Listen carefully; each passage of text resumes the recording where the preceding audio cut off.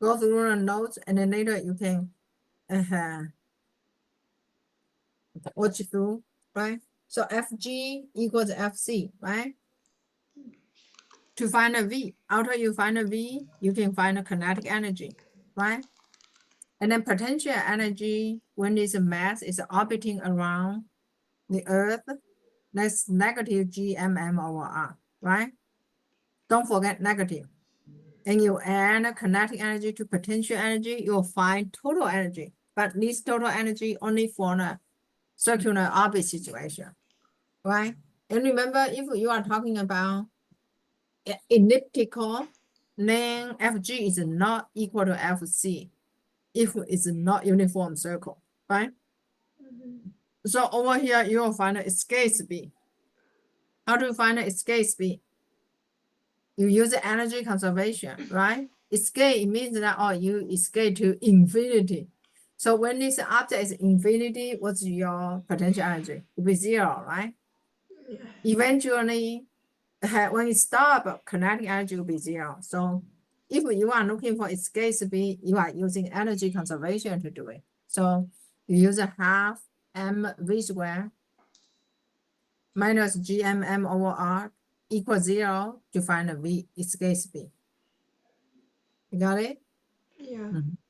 Going over this quickly, right? And then working energy.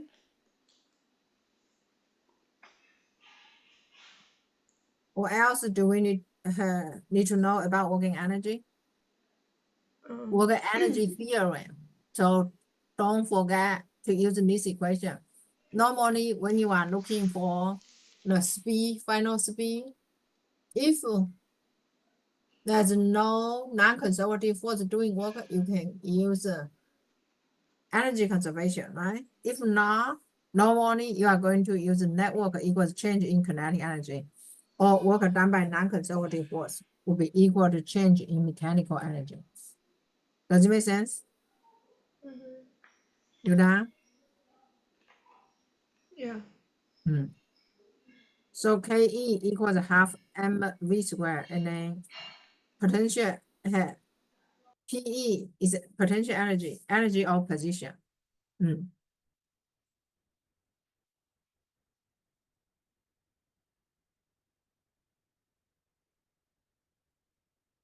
Got it? Yeah. So GPE is mgh, right? EP is a half K delta X squared. Got it?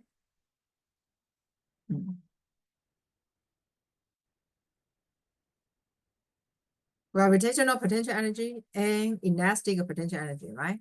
Elastic potential energy for the planet system, you use negative GMM over R. This is only for the orbiting system, right? So you remember you have two conservative forces related to two potential energy, right? And then energy conservation. Energy conservation, and remember these two conservative force corresponding to potential energy, only know the two here in AP physics 1, right? So when this force is doing positive work, your potential energy decrease. That's why work done by conservative force equals the negative change in potential energy. That's what I mean. Okay? And then you combine together, you will find another work energy equation. That's a very common equation you can use if you are looking for the work done by friction.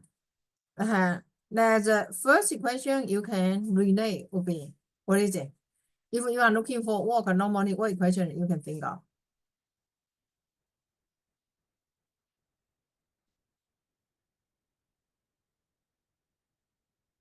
Okay, what can you think of? So Fk, right?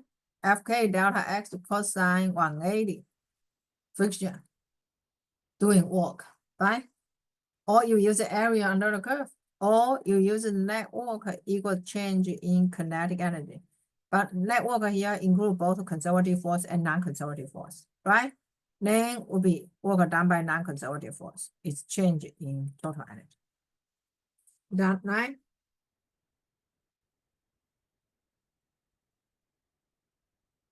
You good?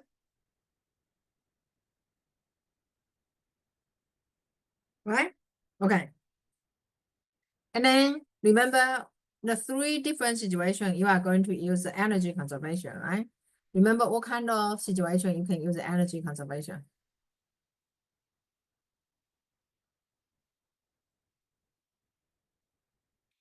When there's only conservative force doing work, right? Right. And now you can talk about the 3 different situations you are going to use energy conservation.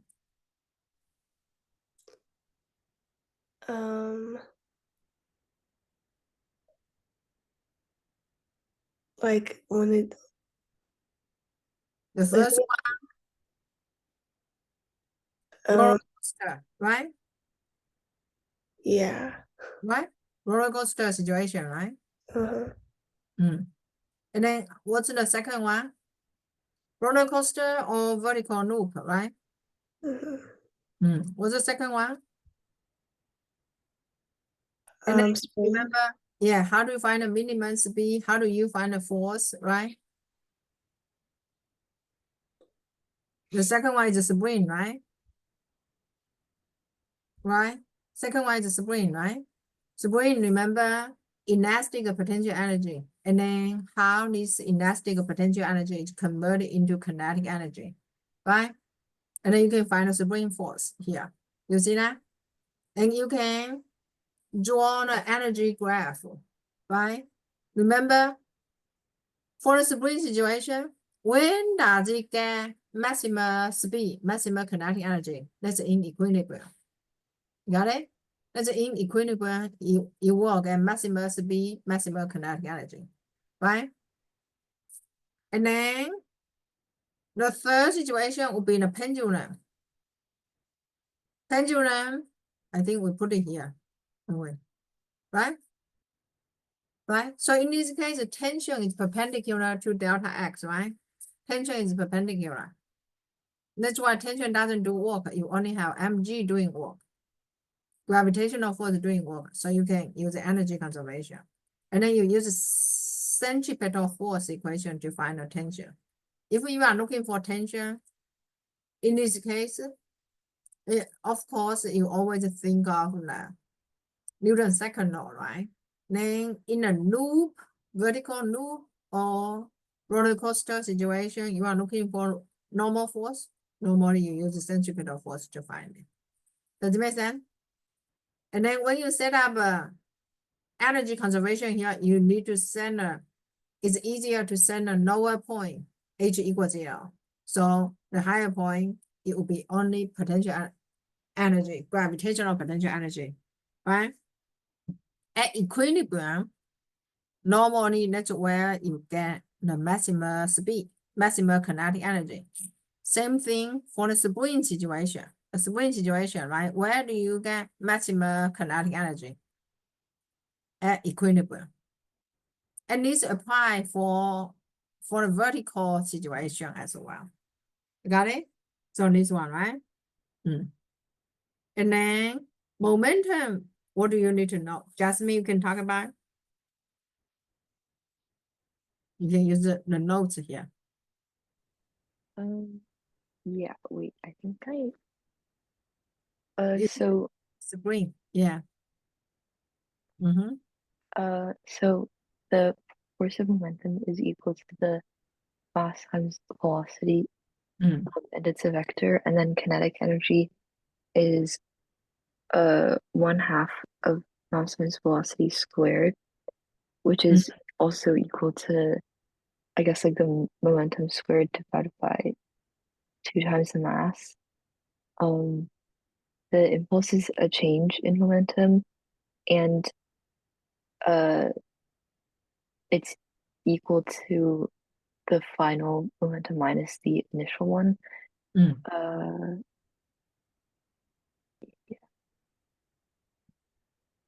So change in momentum, impulse, right?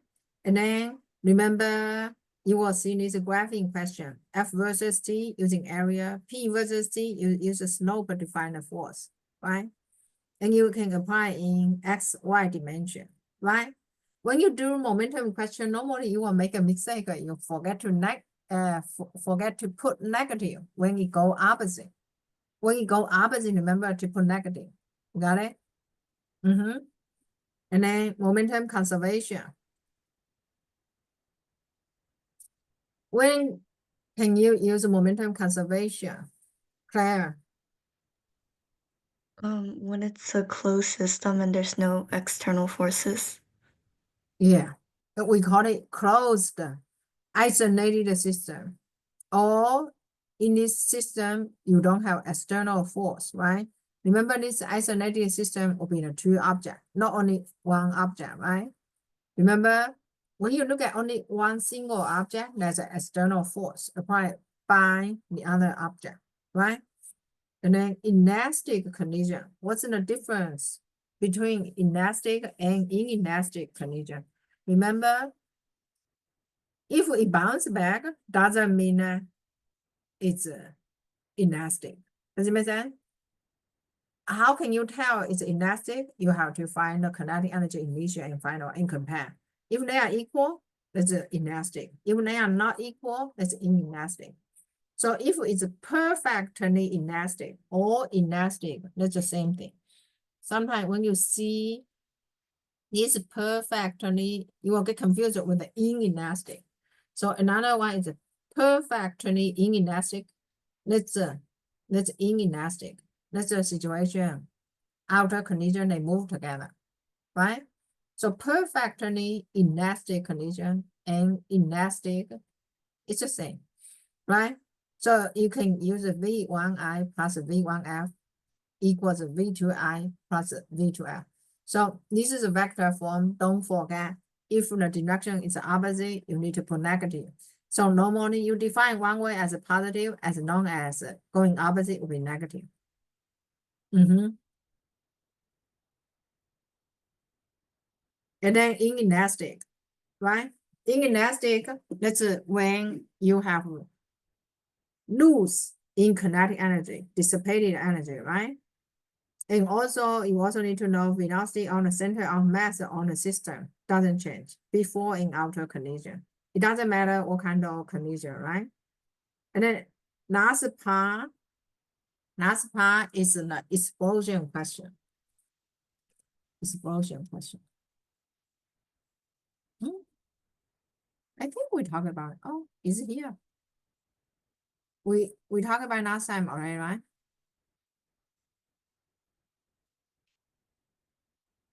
Did we talk about explosion last time? Is it in your notes? I'm looking at the wrong one. Wait, I wasn't here last time, so can we go over it again?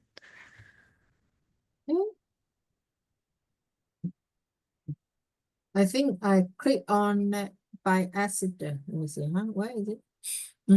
This one. This one. Oh, right here. Click on it. So explosion question. Okay. Explosion. What kind of situation? It's in a situation, oh, right now you have two masses, M1 and M2 together. They are at rest. Normally it's at rest, but later I can show you a few questions when it's not at rest. So initially at rest, and then after the compressed spring is released, then M2 will go this way, V2, V final. And M1 will go this way, will be V1 final, right?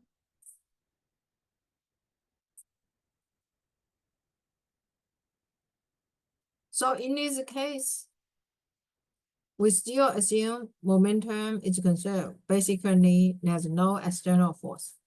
So what is the initial total momentum? That will be 0, right? And rest.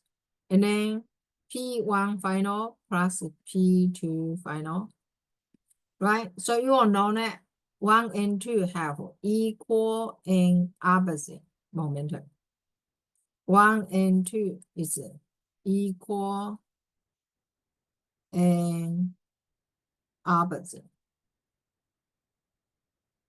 You got it? Equal and opposite.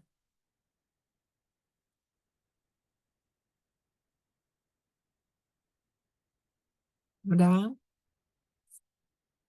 Right, then you can compare kinetic energy, right? Remember, kinetic energy related to momentum will be P squared over 2m, right? P is the same. So smaller mass,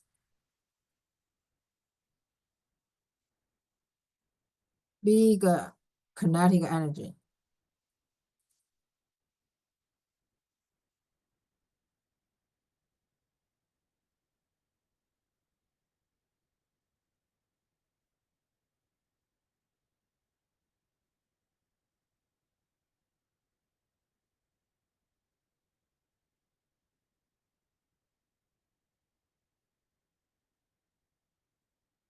You got it?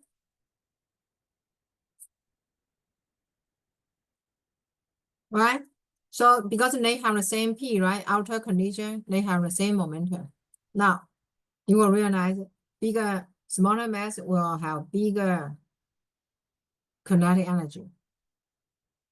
Right? And then in this case, you can see what's the velocity of the center of mass right now before collision and after collision.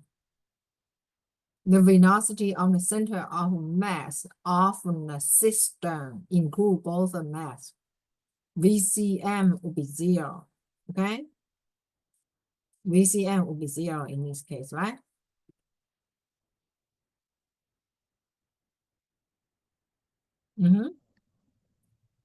So for this question, I can give you an example question here. Okay, right? Did you guys do some on this question here? Did you have a chance to finish this one? Anyone finish this one? No? Oh, okay. Then let's talk about this one. No. Zimi, you can read through it?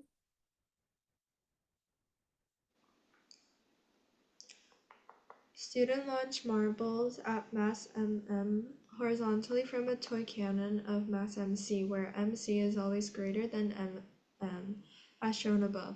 Each time a marble is launched, the cannon slides backward before coming to rest. The coefficient of kinetic friction between the cannon and the ground is mu. For each launch, the student used a new marble with a different mass launched at the same speed v relative to the ground. The students record the distance x the cannon slides backward for each launch.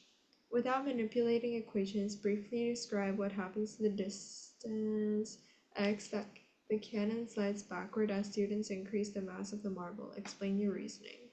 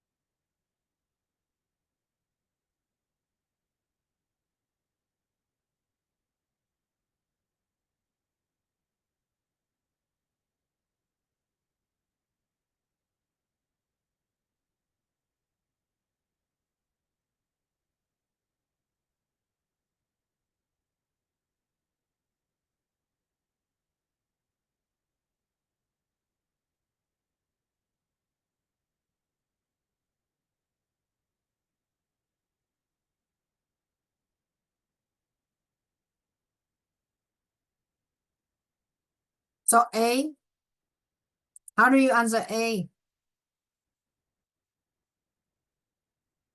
When you read a question, pay attention to some keyword, right? So this cannon and marble is on the table. That's a frictionless. There's no friction, right? Is it there's a friction or there's a friction? There's a friction, right? But just remember, in the moment when it explodes, you still treating there's no external force. Okay. Now, what's the key word here? What's the keyword here? Student using the new marble with a different mass, launch and the same speed. Same speed.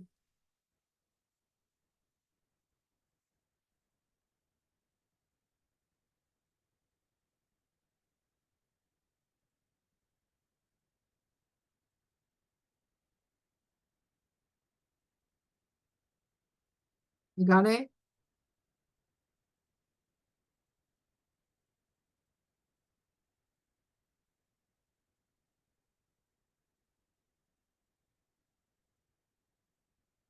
Same speed. The key point is, it's launched with the same speed. Then what happened? When if this is launched with the same speed, and when you increase the mass, what does it increase? If it's the same speed, right? When you increase the mass, what does it increase?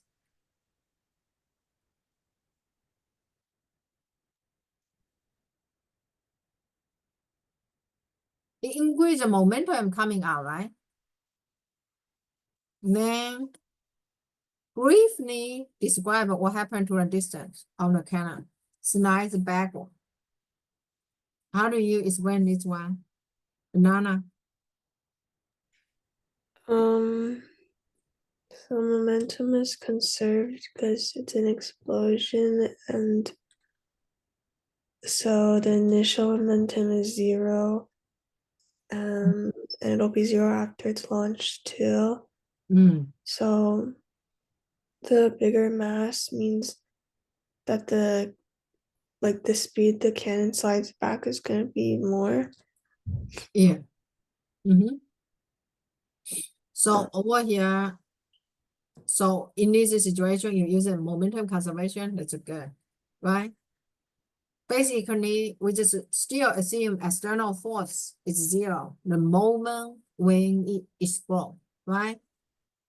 According to momentum conservation, so cannon and marble should have equal and opposite momentum, right?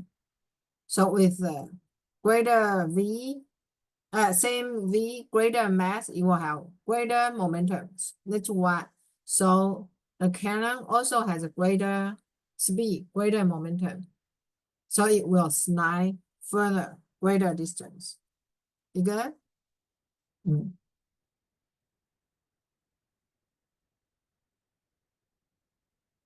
Okay. Now let's look at B. Try to see how do you answer this question. And A, you can also use Newton's third law and Newton's second law, right?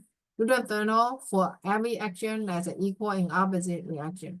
So if you have a greater mass, right, greater force applied to push it out, right? Greater force. So it apply an equal and opposite reaction force. That's why on the cannon, it will also have greater force too. You got it? Greater force, greater momentum.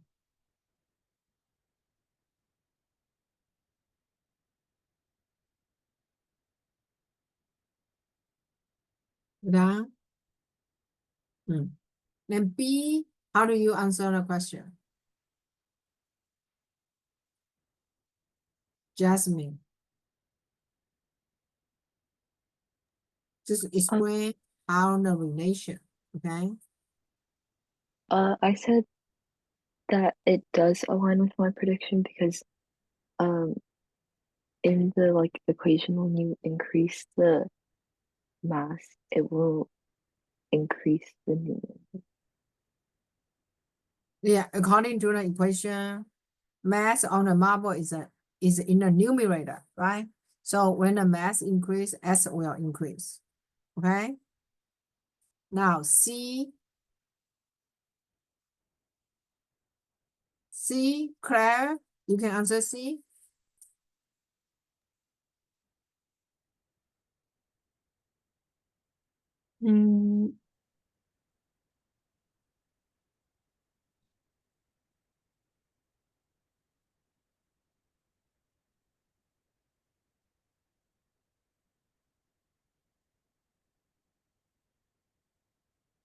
Is it more work to Stop the marble? More work to stop the marble, right? Why? Mm,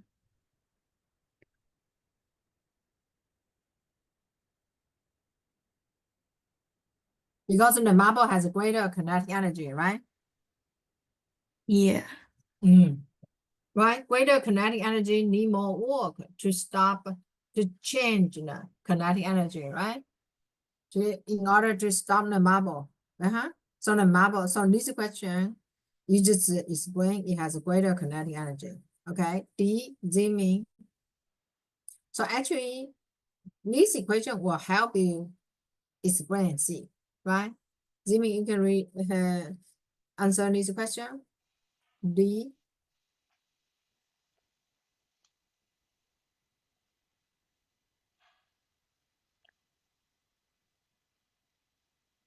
So you derive this equation. Is this equation consistent with your description in C?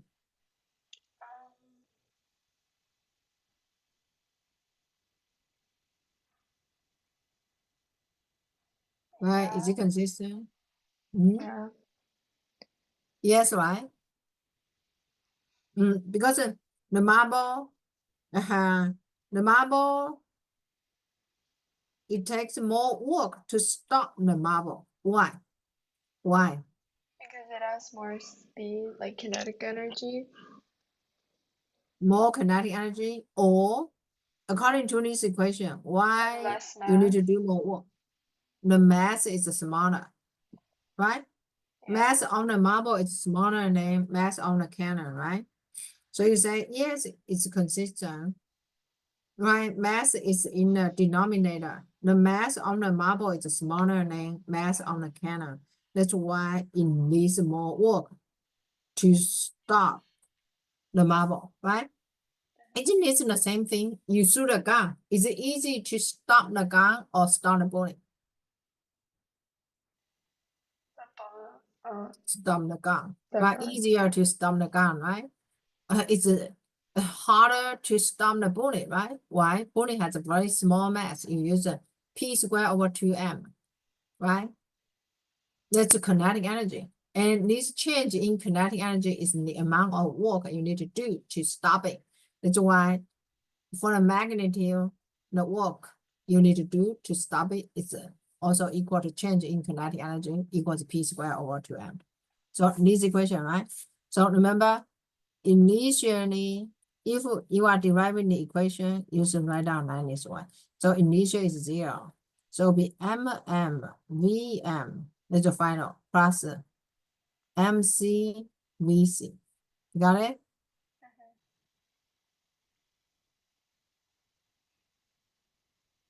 So you can find VC equals a negative MM divided by MC. Got it?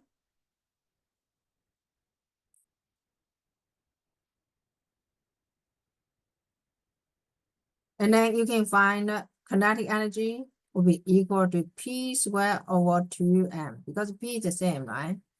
And then you have work done by that work equals change in kinetic energy. So that's how you get work will be equal to P squared over 2M. Magnitude, the magnitude. Okay?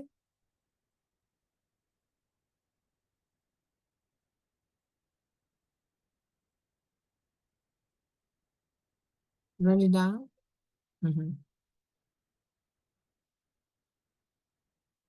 then let's go through this statement right now, okay?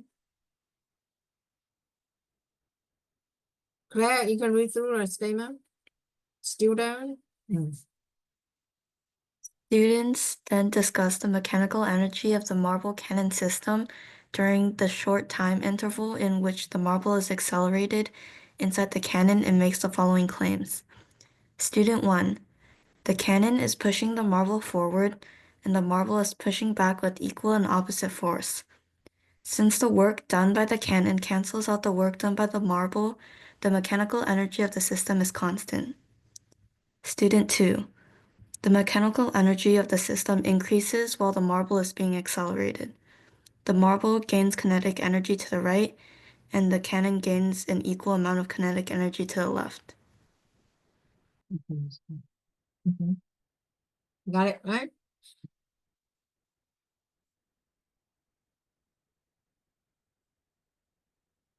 So this E, F, G, H.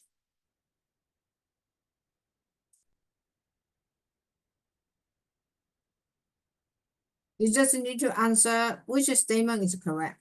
You got it?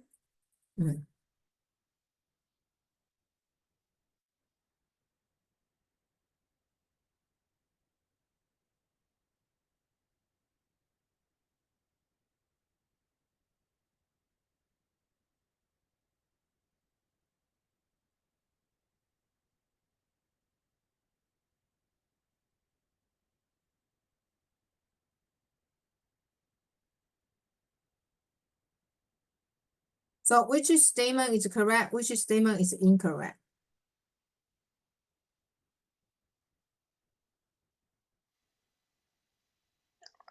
For student one, I think the first sentence is correct. And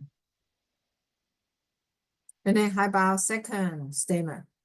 I don't think the second one is correct. Second one is also correct? No. No, it's wrong, right? It's incorrect, right? The first one is correct. Why? It's action, reaction, equal and opposite forces, right? You got it? And then how about two? Because I don't think their kinetic energy is the same. So it's mechanical energy Oh, never mind. increase. I the second. Is it increasing?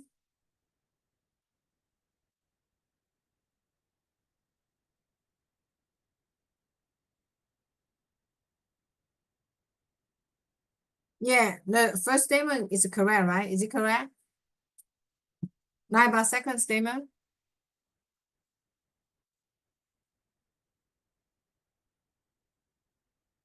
How about second statement? Is it correct or incorrect? Incorrect. Why? Does the kinetic energy have direction? You cannot say kinetic energy going to the right or left, right? Because the kinetic energy doesn't have direction, right? Does it make sense? You done? Right? So first statement, it is correct because it's accelerating, so mechanical energy increase. Second statement is wrong, right? The kinetic energy doesn't have direction. You got it? You done? And then how about I? So yeah, E, F, G, H, all answered, right? Now, how about I? Yeah. I, how do you do it?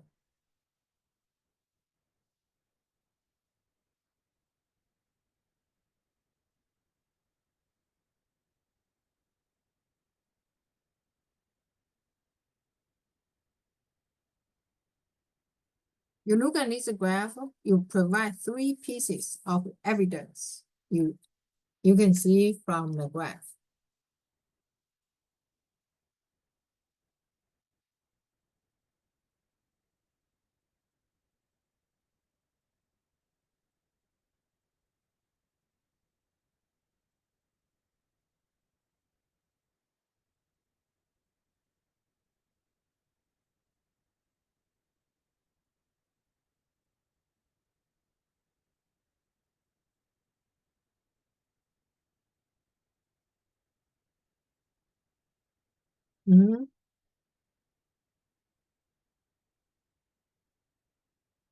Anana, how do you answer this question? I?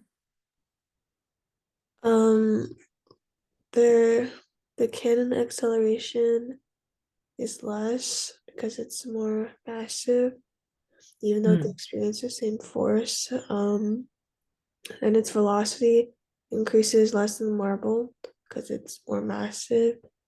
And it also there's friction that goes against it.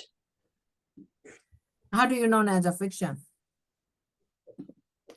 I thought that it said that there was, Oh, or so it but decreases. you want to see evidence here, right?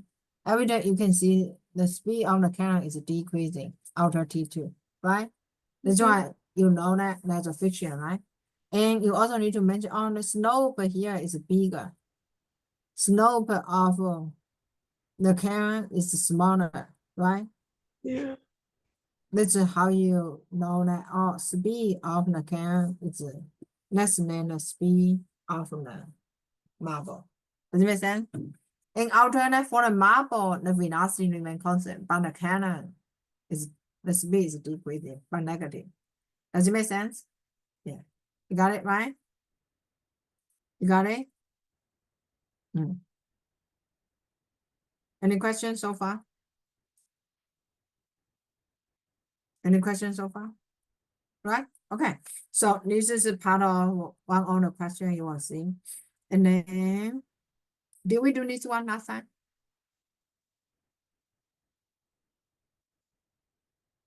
No? Okay. So let's do this question, okay? This one we didn't do it, right? You remember you did it? No? Right? Okay. Jasmine, you can read the question. Sphere 1 of mass m and sphere 2 of mass 2m hanging from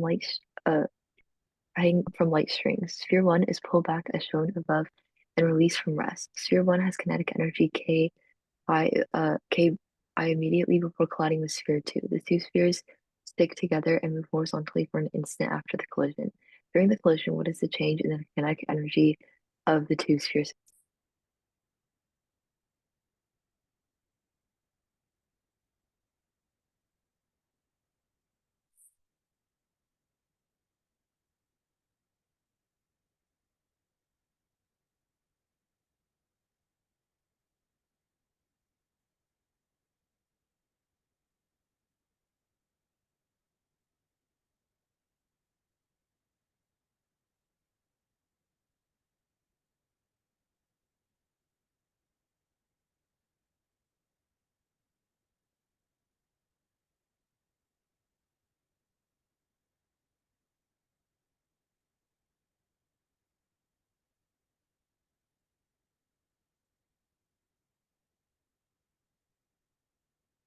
So try to see how to set up equation. What's the keyword?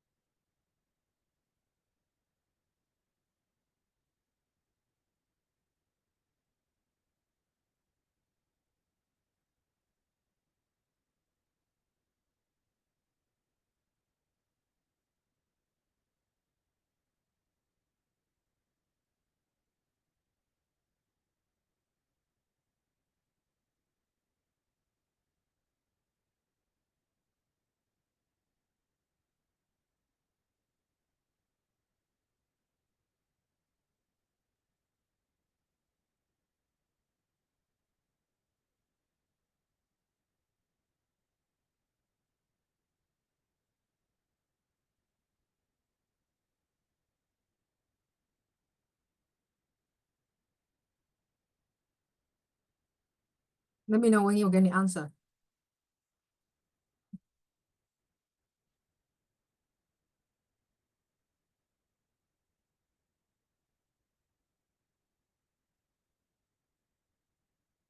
So what kind of collision in this situation?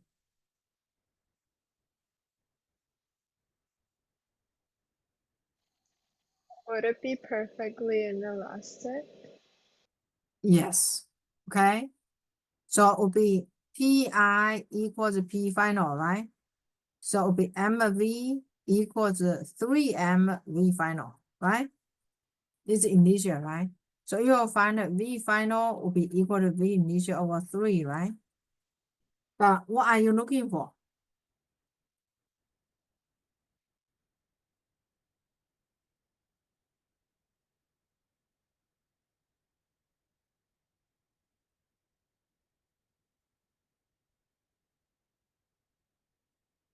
What are you looking for?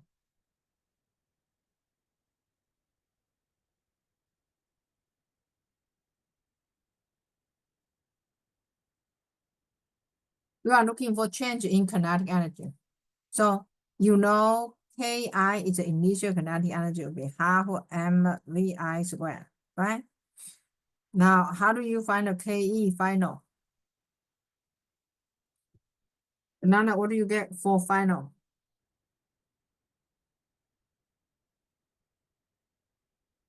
Um, You how get V final. is it?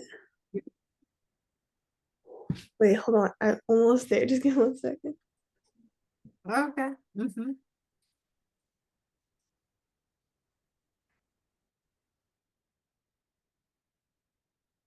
Let me know when you guys got it, okay? Wait, is it D? You got D, right? Yeah. Yeah. So what's the Ke final? How do you get Ke final? Yeah, over 3. Yeah, 1/2. Right now it's a 3M, just a plug in the equation, right? So it would be 3M over 2 times Vi squared over 9, right? So 1 over 6 MVI squared, right? You got it?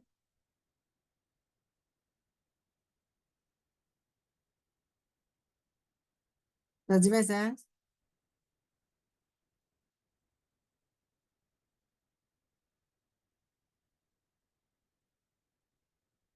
Then what is it? So half MVI squared is Ki, right? So it'll be 1 over 3 Ki. So delta K will be equal to K final minus Ki. So it will be 1/3 Ki minus Ki will be negative 2/3 Ki.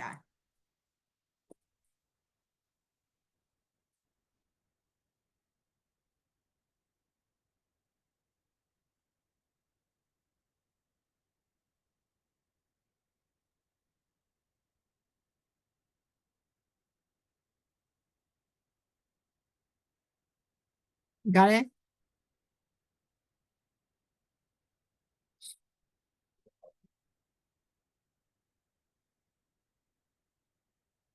Another way, if you remember the equation relation between Ke and momentum, it's P squared over 2M, right? So before collision, it's P squared over 2 times M, because that's 1M, right? That's Ki.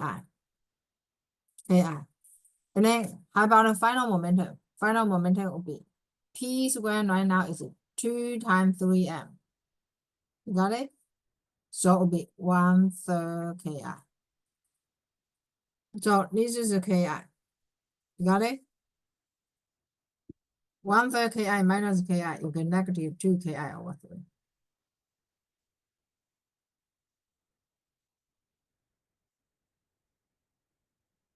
You done?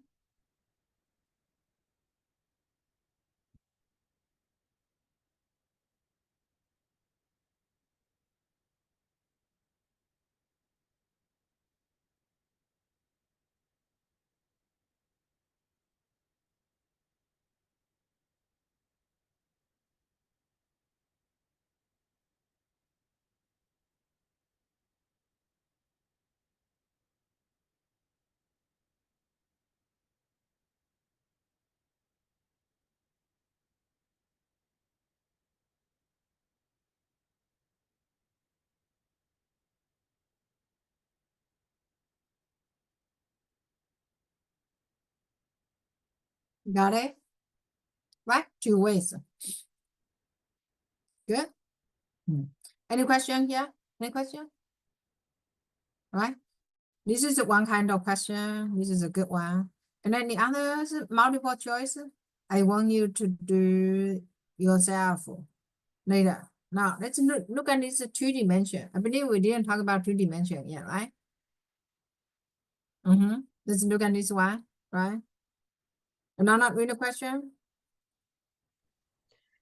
A toy is made up of 4 pieces, with the relative masses indicated in the top view figure as shown. The toy is initially at rest on a horizontal surface as shown in figure 1. A mechanism internal to the toy causes the 4 pieces to move apart, as shown in figure 2. Friction between the pieces of the toy and the surface is negligible. Which of the following indicates an equation or a set of equations that correctly describes the magnitude of the momenta of the 4 pieces?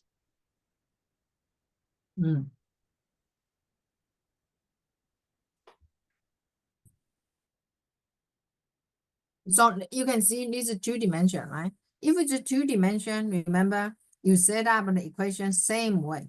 So you use x equal x, y equal y. Pix equals p final x. Piy equals p final y. Got it?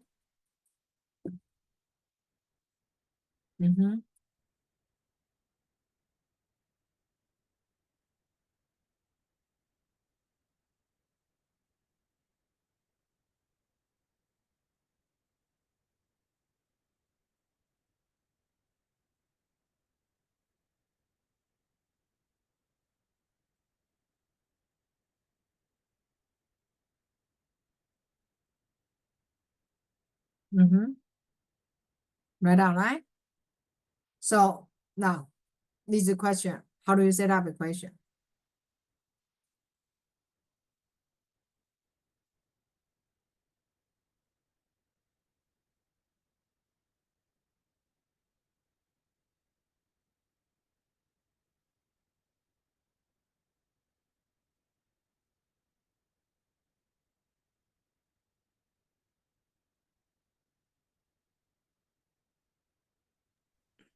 Is this C? Is it C, right? You see, right? So in this case, y dimension, theoretically, Piy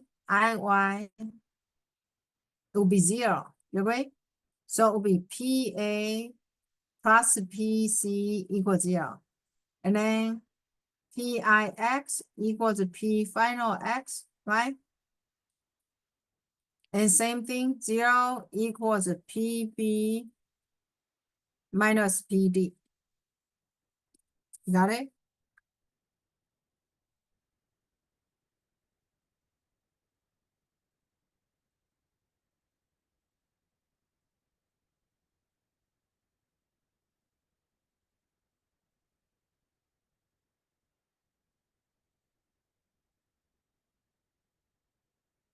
Done?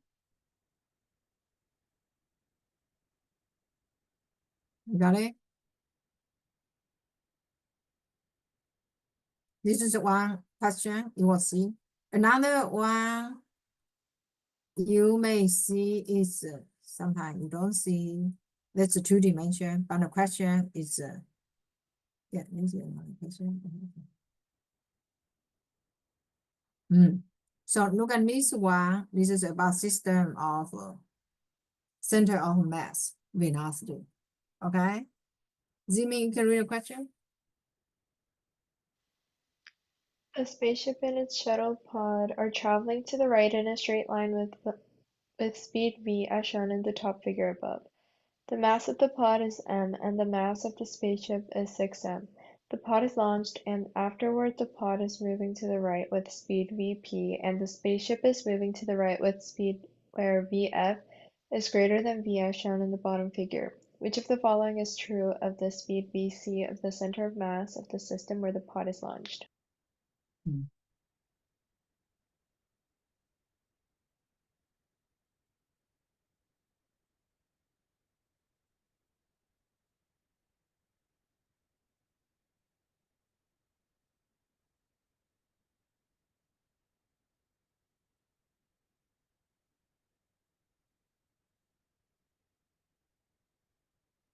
So try to see what's in the answer.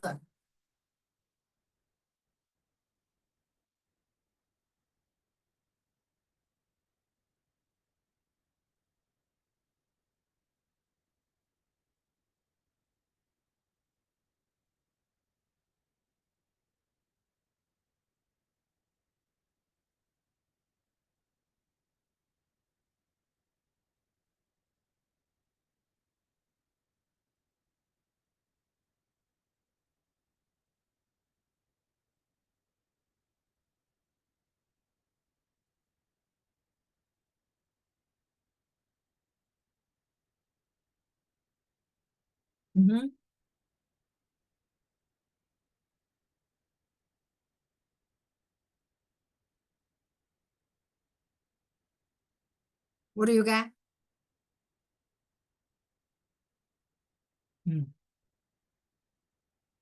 Is it D? No big deal, right? Doesn't change. You got it? But this is still explosion question right now. But initially, you have velocity. Do you understand? Right? In outer condition will be MVP plus 6 MVF, right? But outer explosion is still conserved. As long as it's conserved, velocity of center of mass doesn't change. Does it make sense? Right? And then next question. Normally, what kind of situation you can treat it as elastic? For example, the question tell you it's elastic. Then in this question, how do you set up a question? You need to set up both momentum conservation and kinetic energy conservation to solve V initial and V final. Okay? So this will be your homework. Right? The rest of the questions will be your homework. And then there's another question I will talk about quickly. So you will know that when is a two-dimension situation, right? Earlier, that's one question about two-dimension. Another one, let me see, I think it was somewhere here. That's the one we finished already. It's in the two masses. It gives you, it's moving only horizontally, and then I think I go too fast. In outer condition, it has a y component. Now, how do you find a V final y for that question? Oh,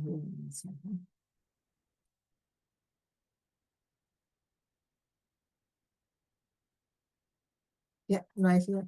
Just go too fast. You look at this one.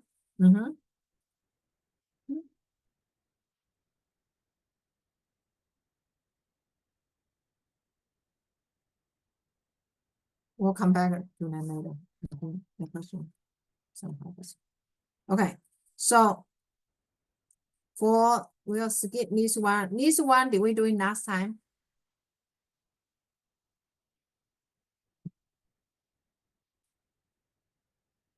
Did we do this question last time? Yes. Right. So the current one, and then the pendulum one, last time, did we do a few? Did we do the pendulum last time? Let's do this one. We didn't do this one last time. Okay. Jasmine, can you read the question? A block with mass M1 hangs at rest from a string that is attached to the ceiling. A dart with mass MD is moving horizontally with speed VO immediately before colliding with the block as shown in figure 1. The dart remains embedded in the block. The center of mass of the dart block system swings up to a maximum height h1 above its initial position before stopping momentarily as shown in figure 2.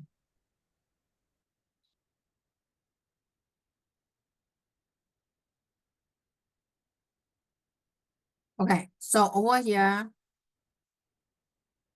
try to see what's given, what you are looking for. Originally, this block is at rest. right? The dot moving horizontally. And what is it given? You are given the initial speed on the dot, right? And then what else is given? Outer condition remain embedded. What does it mean? It means that it's moving with the same velocity, right? Mm.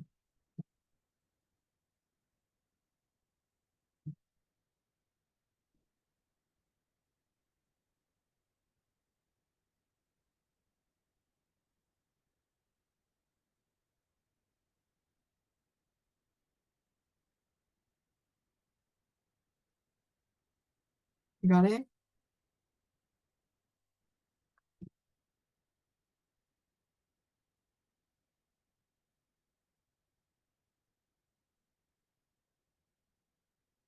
How do you draw E changing? But remember what is TC, right? TC.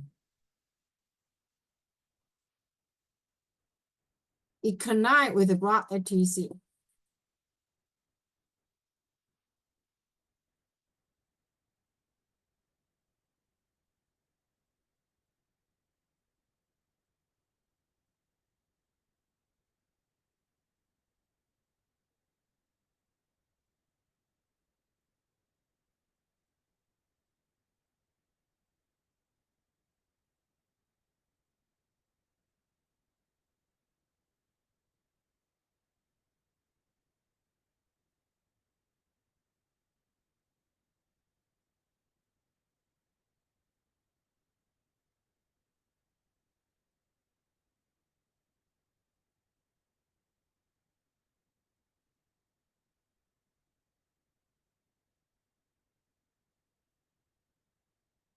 So it's the total mechanical energy for block Earth system.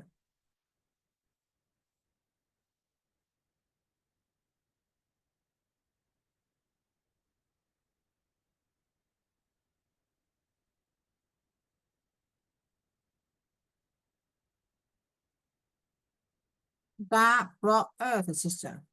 So how does the total mechanical energy look like? The graph.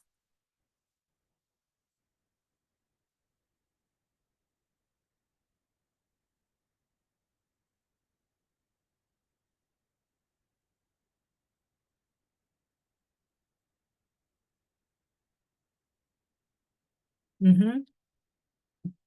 How does it?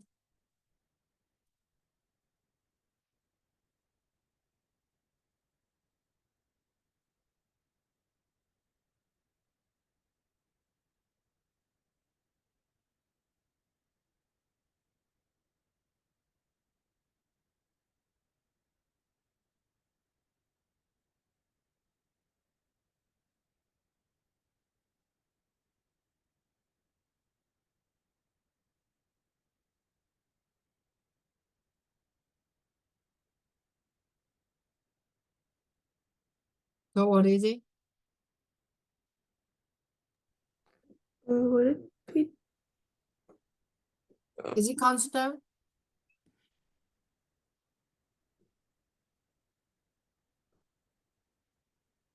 It says that the dot connect at TC and then it get to a maximum height.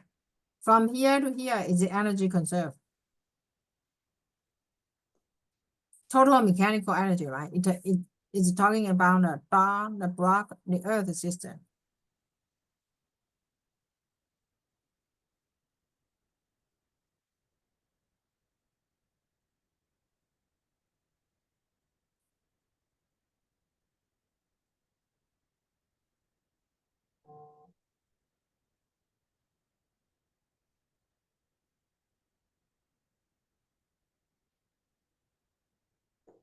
Since it's like inelastic, doesn't the kinetic energy change?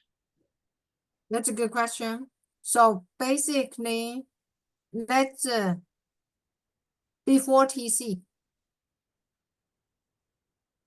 But it says that that before TC is equal to E naught.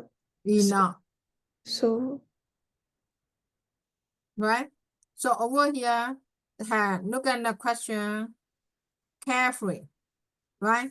So the dot coming in, connect within a block. Then try to see what is this EO.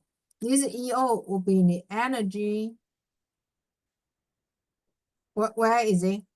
It's EO, right? Oh, you are right. So this horizontal line, it will be at the bottom. Does it make sense? So over here, EO, you are given, before TC, it was EO, right? But actually, outer collision, this E is smaller. You are right, because this is immediately before TC, that's EO, right?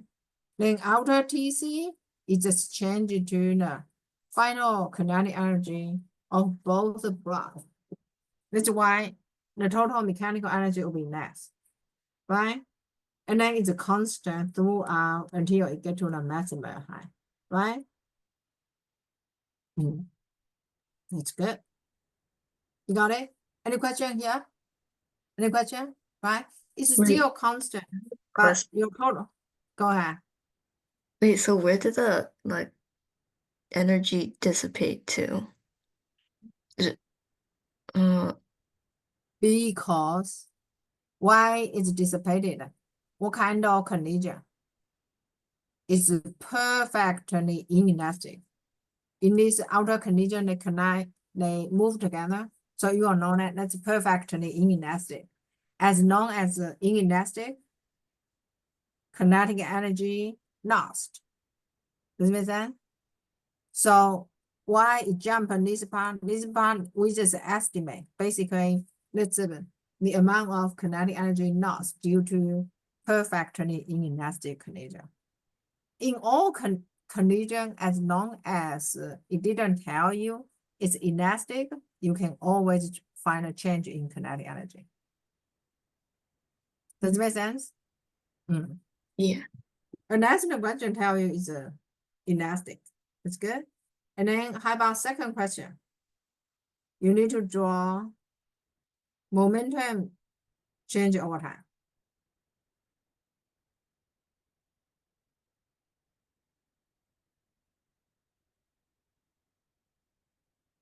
So how do you draw momentum change over time?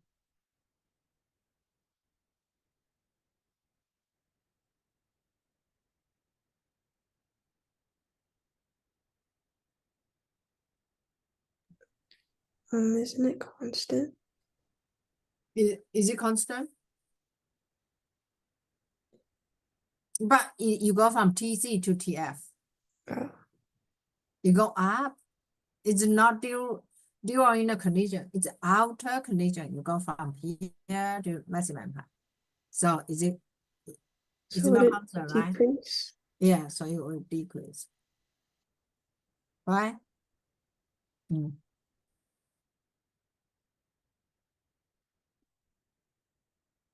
done?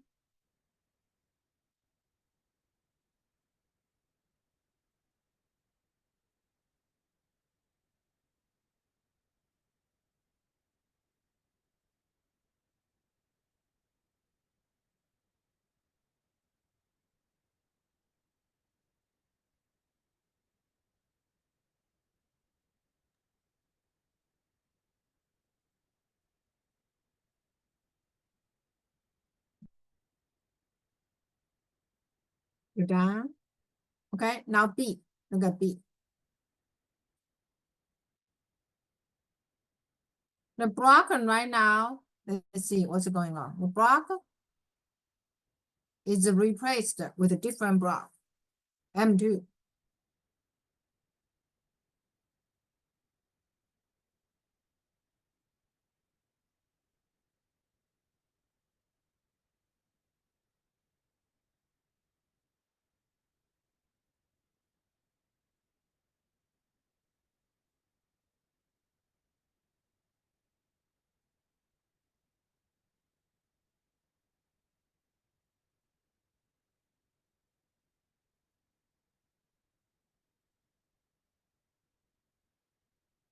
Mm-hmm.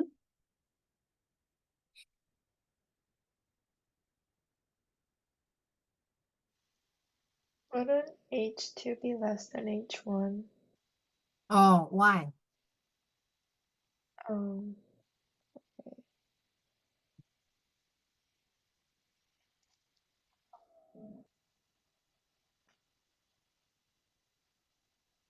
Wait, actually, are they equal? Let's do. What do you mean? You change it to equal? I don't know. Let's say it's correct. It's correct. And then why isn't that?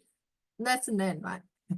And then you feel line is equal. And probably you've seen the energy conservation. M is cancelled out, right? Probably it's because of that. But remember, when you replace M2 with a bigger mass, the initial momentum is the same, right? Initial, listen, the first part, what kind of situation? The dog coming with a certain velocity, does it change? Does it change? No. So the momentum is the same, right? Then when you increase the mass on the block, what happened to the final velocity?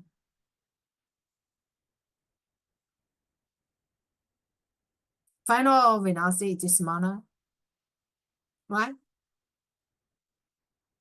Is it smaller? Because the block, so set up equation, right? This is very good. It's a normal mistake. That's why you turn around here, and then many of you made the same mistake like that way. So you'll get m dot VO will be equal to m dot plus m block times V final, right? This is the same, right? That's why when you increase your mass block, V final is smaller.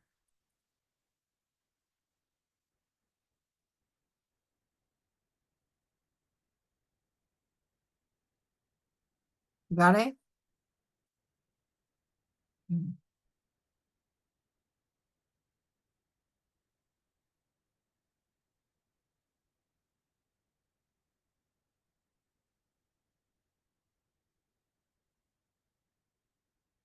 Right?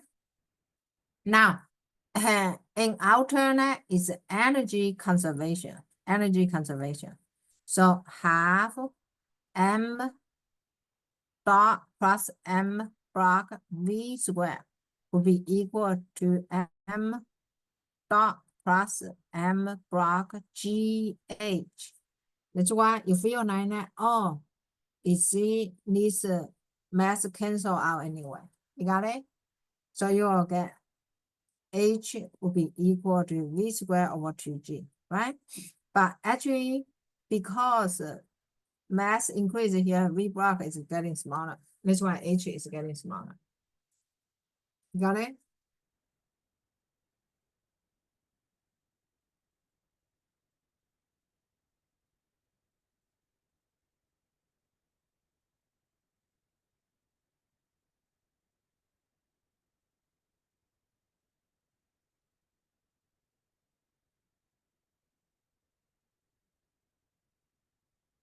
You done right?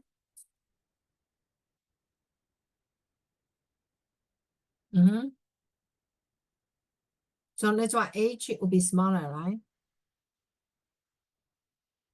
So how do you explain in this case?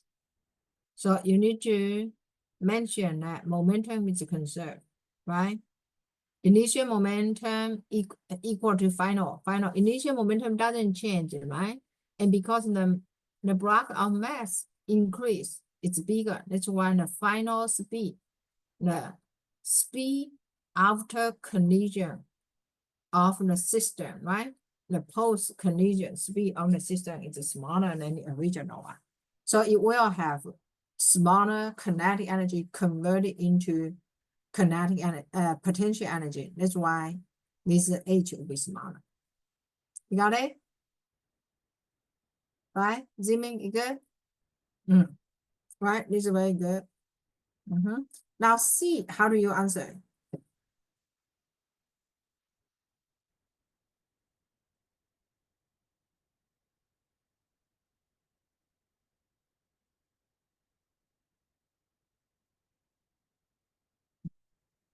Mm-hmm.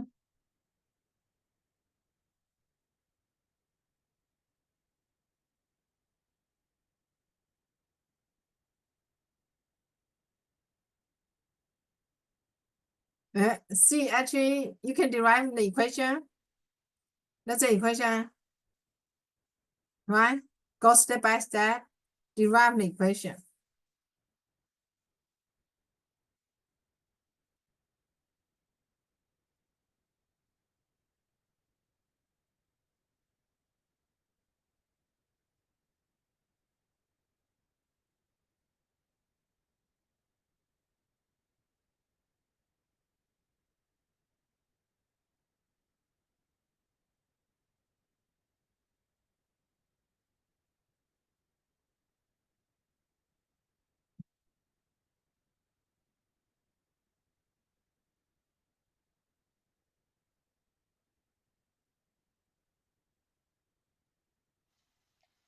Wait, to like start this question, would you use 1/2 mdv initial squared is equal to mb plus mdh? Plus mgh. So final, what's in the final velocity? When you get to maximum height, final velocity is 0, right? Yeah. Yeah. You got it? I kind of got h, but I don't know if it's right. You get needs h, needs will be, you plug in v final here, needs will be 1 over 2g, needs will be md vo over md plus mb square, right? Yeah. Hey, cannot move. Okay. So it will be h will be equal to 1 over 2g, right? md vo over md plus mb square.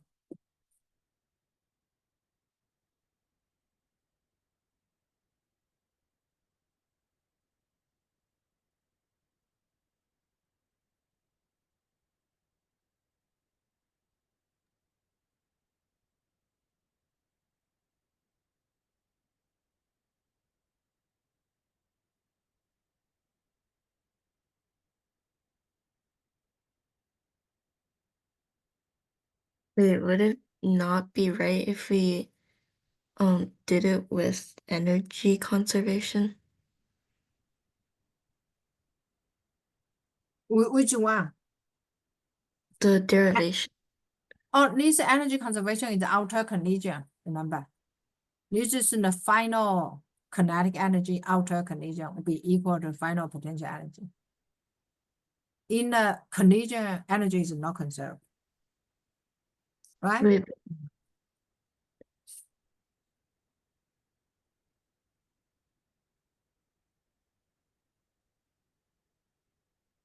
Did you get the same answer? You get the same answer, right? Any question here, Jimmy? No? You good? Okay. Claire, you good? yeah, I got something like really similar, but like not the exact same thing. Did you use a half mdv vo square? Remember, this is not equal to your original kinetic energy. Because during collision, this inelastic energy is lost. Oh, wait, you're right. Yeah. Yeah, that's the mistake you make. That's another common mistake you guys will make. Yeah, don't use the initial kinetic energy before collision, okay? Then D, how about D?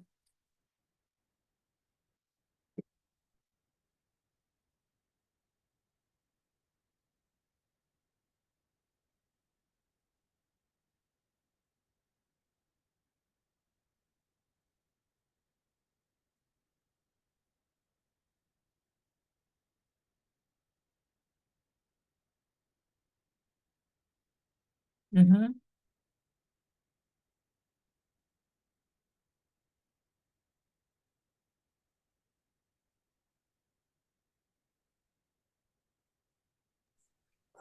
Yeah, B, yes, right? Why?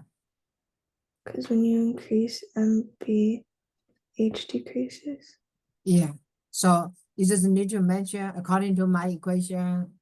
This is in the denominator or numerator. Explain the equation, right? Yeah. Does it make sense? This is a very common question, right? Do you see that? Now let's look at, yeah. And then this is 11, question 11 is similar, right? So you can do it yourself as a homework. Now let's look at this one and see. This one.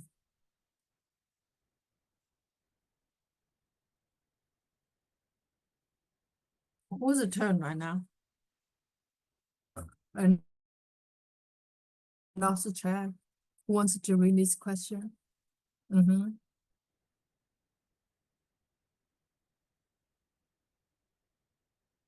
Claire, you can read it. Students use a force sensor to push a disk of mass m across a horizontal table. The force sensor pushes the disk over a short time interval. The magnitude of the force and the duration of the time interval can be set by the students. After being pushed by the sensor, the disk first slides along a surface with negligible friction and then enters a rough section where the friction is not negligible, as shown above. The students perform 2 trials in which the magnitude of the force exerted by the force sensor and the time interval are different. They create the graphs of force as a function of time shown below. The disk enters the rough section in each trial after t equals 0.5 seconds.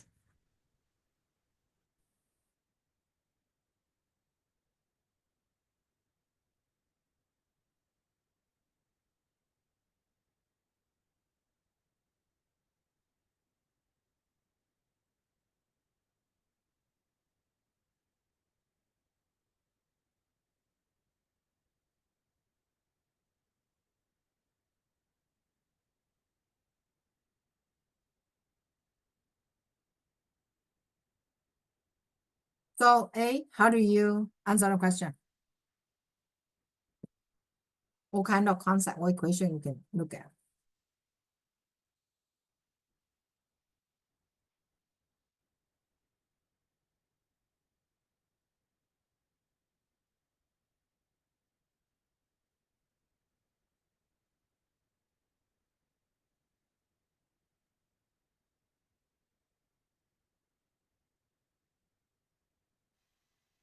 Are they are they not equal?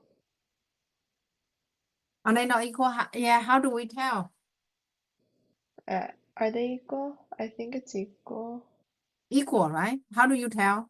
I found the area underneath the function, like the curve, because 1 times 4.5 is equal to like 4.5 for trial 1, and then for trial 2, 3 times 0.3 divided by 2, so that's also 0.4. Yeah, so you using the area under the curve, force versus time, right? That's the impulse, that's a change in momentum, it's the same thing. Okay, now how about B?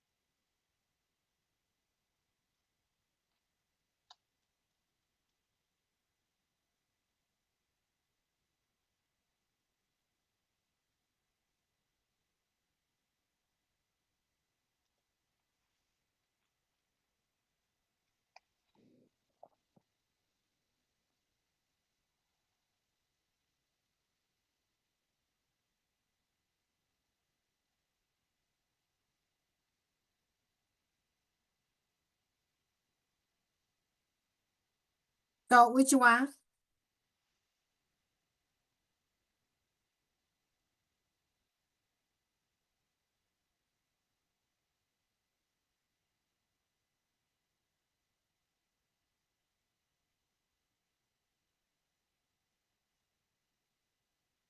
Nana, how do you answer this one?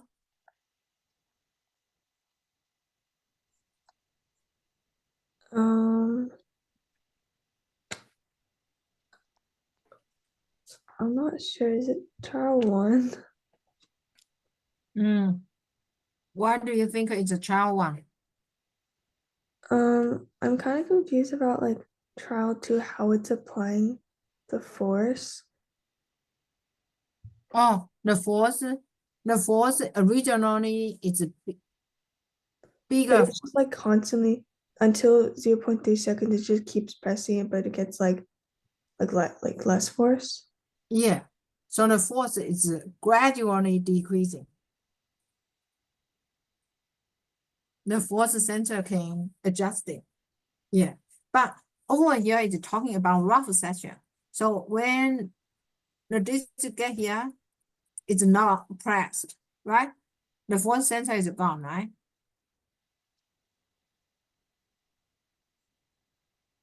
Right, after being pushed by the sensor, the disc first slide along the surface. You push it first, and then the disc will slide constant velocity and get to rough section. What happened? It will slow down to stop, right? So what does the question in A tell you? What does the question in A tell you? Same change in momentum. Yeah, it tell you when you get here, your final speed will be the same, right?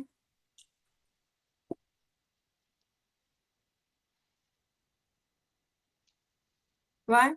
Then if it has a final speed, then it will travel same distance to stop, right? Because the final speed is the same, friction is the same, right? So both disks will have the same initial speed here, same final speed will be 0, right? Because they experience the same force and have the same mass, right? The surface area on the disk does not affect the frictional force. So the new block will travel the same distance before stopping. Does it make sense? Right? Or you can think of mathematical equation will be net work equal to change in kinetic energy. That's Fk delta x will be equal to 0 minus a half mv squared. Right? Then you will get half mv squared will be equal to half k fk times delta x. You see that? Does it make sense to you? So both disks will have the same it will travel the same distance before it stops, right? Why? So you need to mention that over there you have same change in momentum. So it means that the final speed or initial speed when it's on the rough section will be the same, right?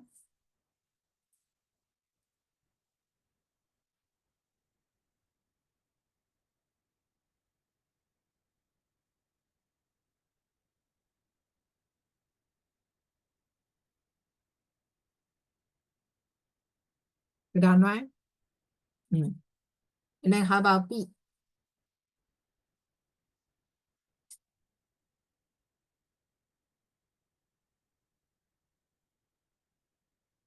No, B, C. C.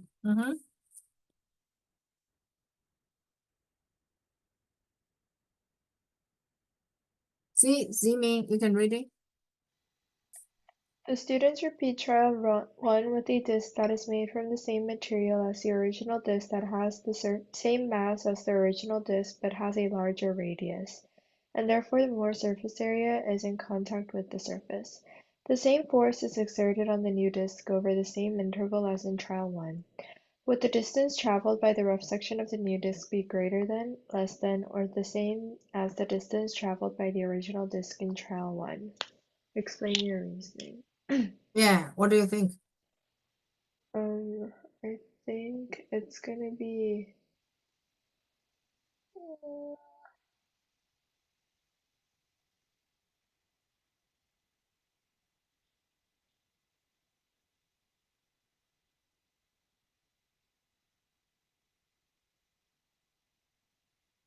the same. Hmm? The same, Would be the same. Why?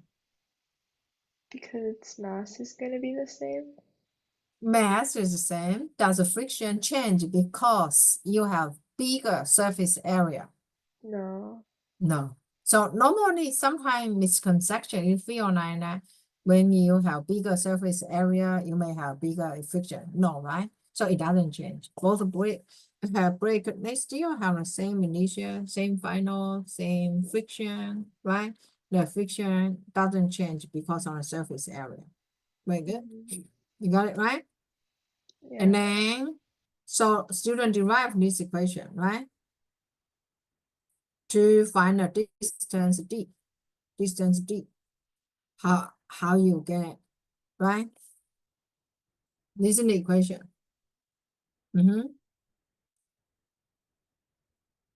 Now let's continue to do d right now, okay? Jasmine can read this part.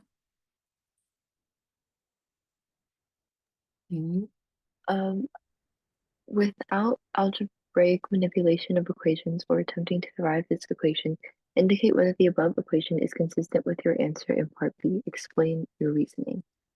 A student measures the distance x0 that the disk travels while in contact with the force sensor in trial 1. The disk then travels a distance d along the rough section. The student claims that if a force with twice the magnitude of the original force was exerted on the disk for distance xo, the disk would travel a distance 2d in the rough section.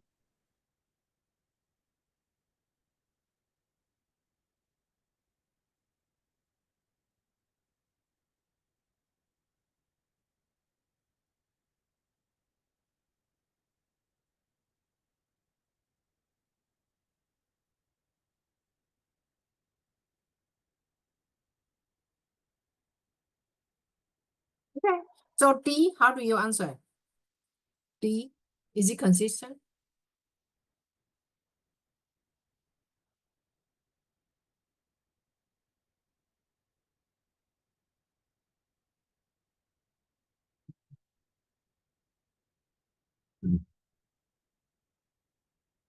Mm.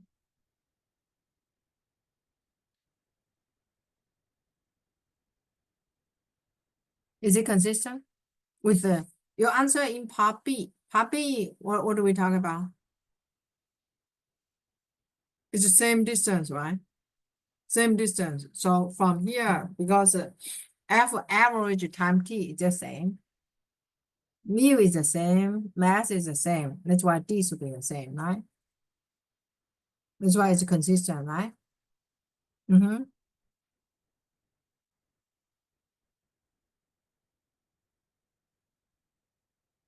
You got it, Jasmine? Yep. Okay. Now E, and now you answer E.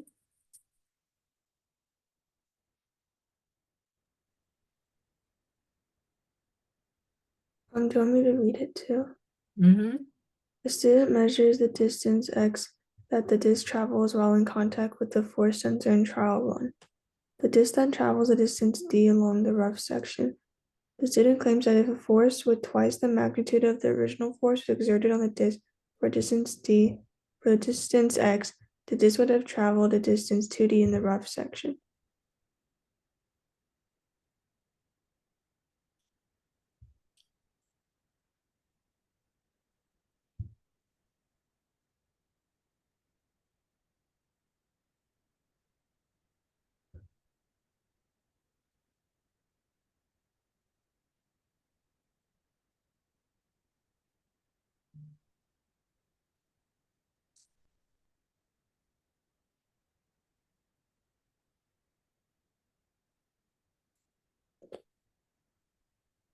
Is it incorrect? Is it incorrect? Why? I'm not sure like without equation, but with the equation like that we're given up there, if you double the force, wouldn't it like multiply by 4? Oh, double the force, right? Mhm. Force with twice magnitude on the original force, right? Was exerted on the disk for the distance XO, right? But the disk will travel 2D. 2D. Right? Is it this one? Is it incorrect?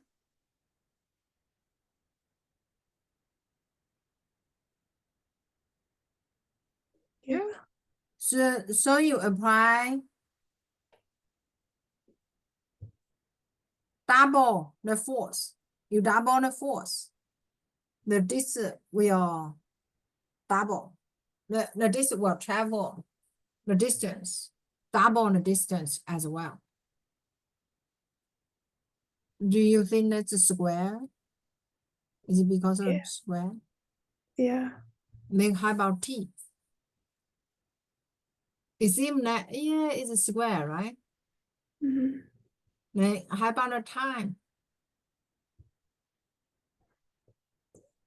Also squared. Mm-hmm. So work is also proportional to the distance to stopping, right? The distance also changed too. The new disk will travel twice the distance before it stops. So over here, this is talking about force versus x. But in this equation, it's a force versus time. Do you see the difference? Mm-hmm. Force time, right? Mm-hmm. That's the first part. That's the first part, right?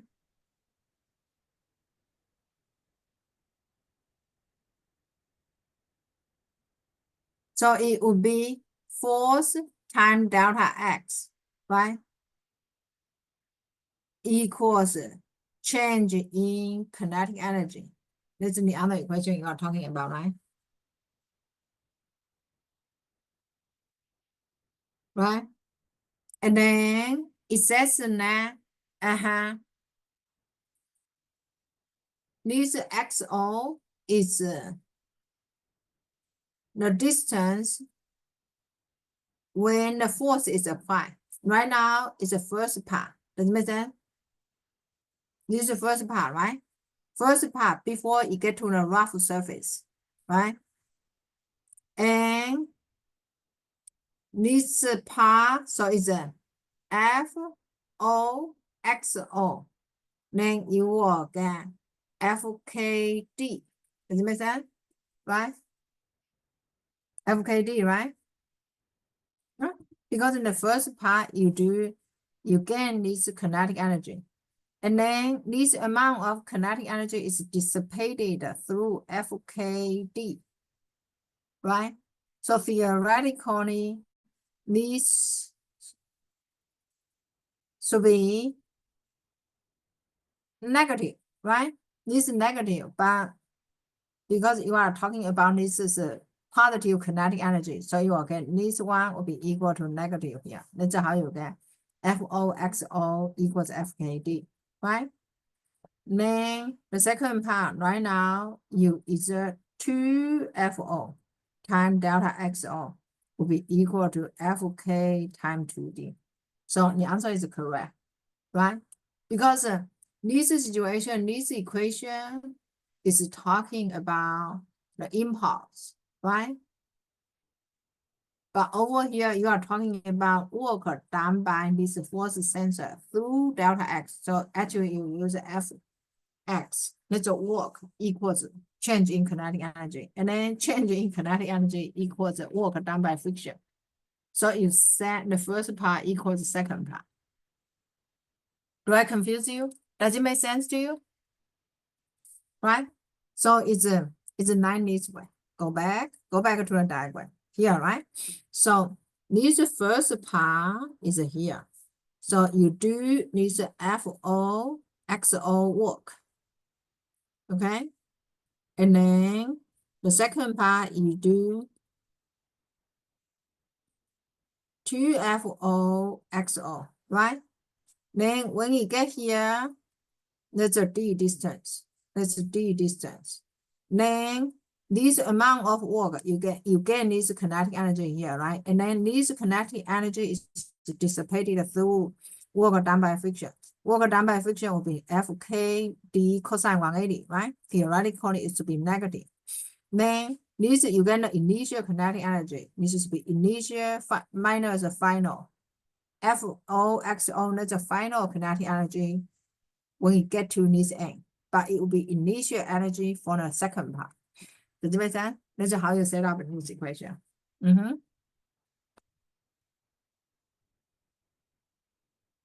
Right? So be careful. You see FT, FT or FX, they represent different concepts.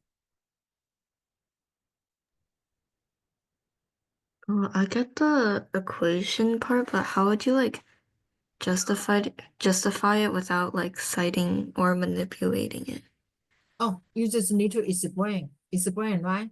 So, you know, when the disc is pushed from rest, right, with twice the force for the same distance, then in this case, it will do twice the work done, right? You will have twice the work done on it, right?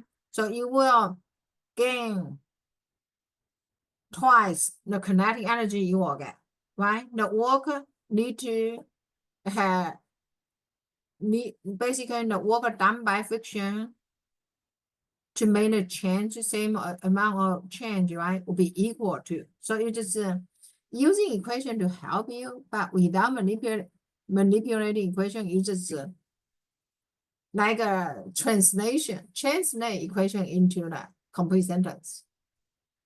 The purpose, the question tell you don't use equation, don't write. Not sometimes if you just write an equation there, you won't get point. Does it make sense? You good? Now you look at F and C. F, right?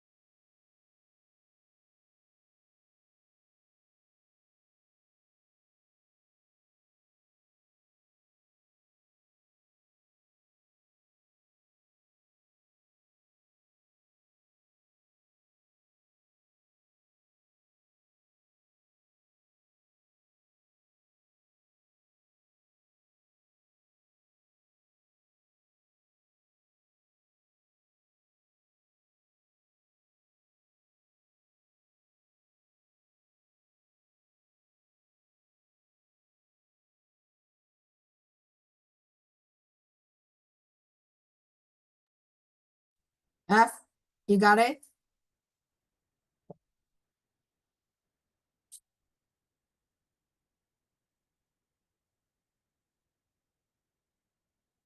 Is there one thing? F, anyone want to try?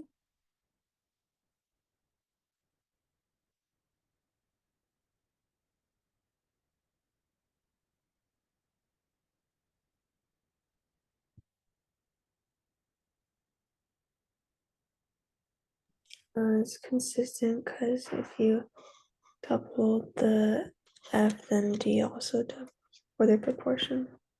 It's consistent, right? Yeah, you can say D is proportional to, directly proportional to the force, right? When you double the force, the D also double. See, right? Sometimes if you make a mistake in E, you do F, you will find it, right? E explanation, do you have any question, Claire? You good? Overall good? Mm-hmm. Jimmy good? Jasmine? Nona? Good? Okay. So this is another kind of question. I try to show you all different kind of question. This is ballistic pendulum. We did the other question. You want to do it yourself, okay? And then let's do this one. This has a multiple part here. This one. You download this question last time, right? Do you need me to upload again?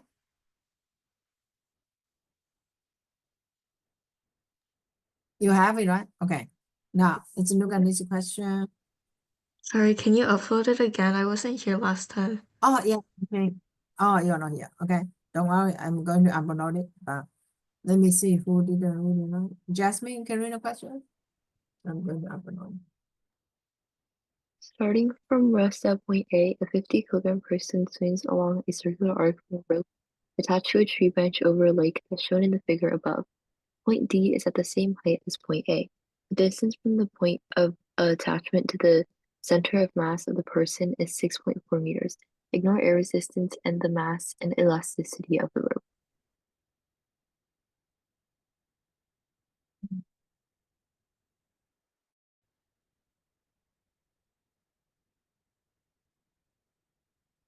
I'll upload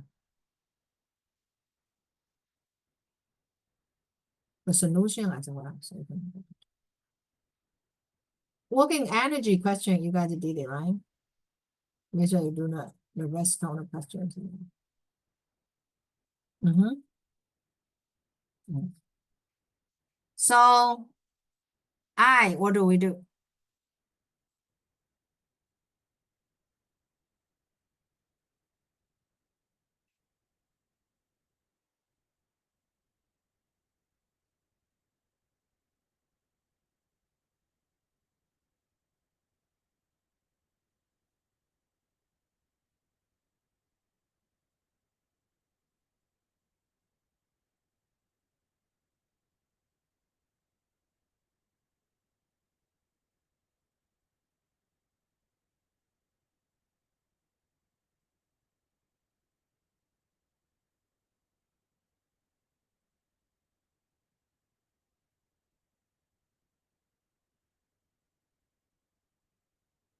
So when we arrive at C, let go.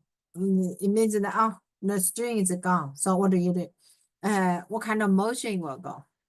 So represent a trajectory. What kind of motion it will be, Jasmine?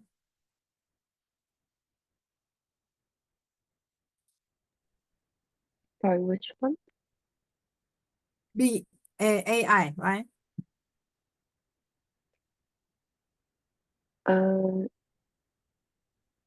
So the moment when you let go of the rope, what does it mean? It will be tangent to the curve, right? It will be tangent, right? Mm, It will be tangent to the curve, right? yeah, And then it will do a projectile motion, right? Alternate, it will be free fall, right? Okay. This is it only asks you to draw a trajectory, and this is the kinematic part. Then how about 2I?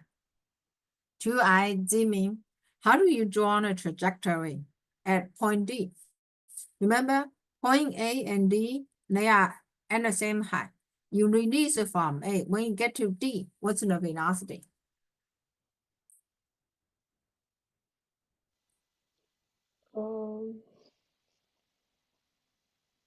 Velocity? Mm-hmm. The velocity will be 0, right? Yeah. Mm. Mm-hmm. The velocity will be 0, right? because And it's at the because same you release it frequency. from A, and then when you get to D, if that's the same height, velocity will be 0. Do you all understand why? Why it's 0? Energy conservation, right? Potential energy is the same. Kinetic energy here is 0, D will be 0. Then what's the trajectory of motion?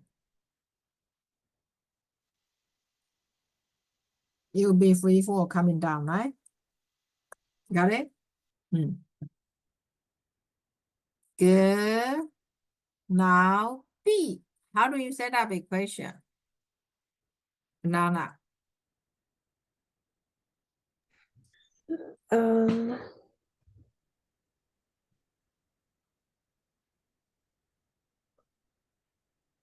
Like MGH. MGH. Yeah, you just need to plug in H is a 4.1, right? It tells you relative to the water, surface of water. So you can find the potential energy here. Okay. Then how about C? C, how do you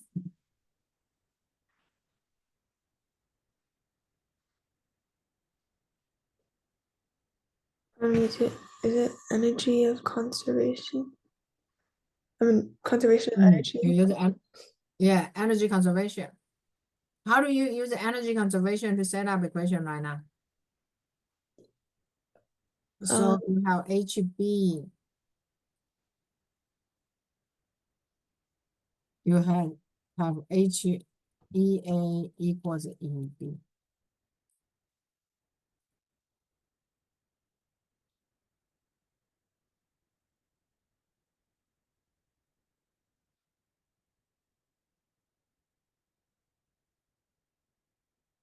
Got it?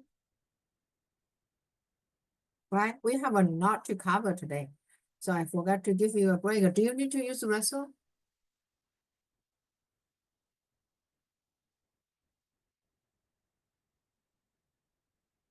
If you need to, you can go right now. Okay. And then we'll continue to look at the question. Thank you. So over here, you can find the VB, right? Yeah. Then you can go to look at D and E, right? Even these are too small, you can make it bigger or download your own question.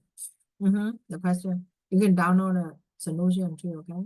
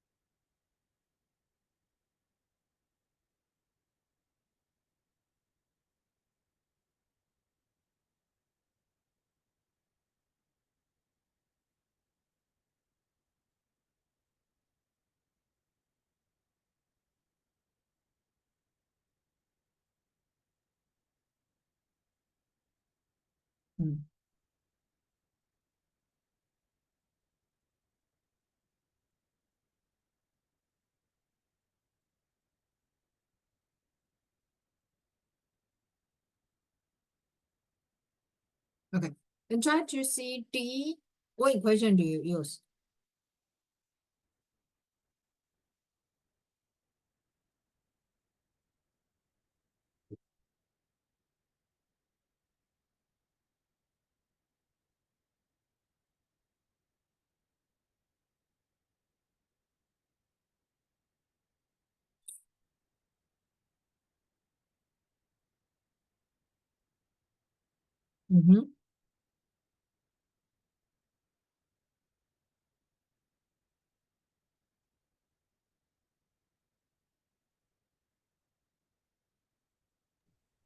Or is it delta y equals 1/2 at squared? Projectile motion, right? Treat it as a projectile motion. That's correct.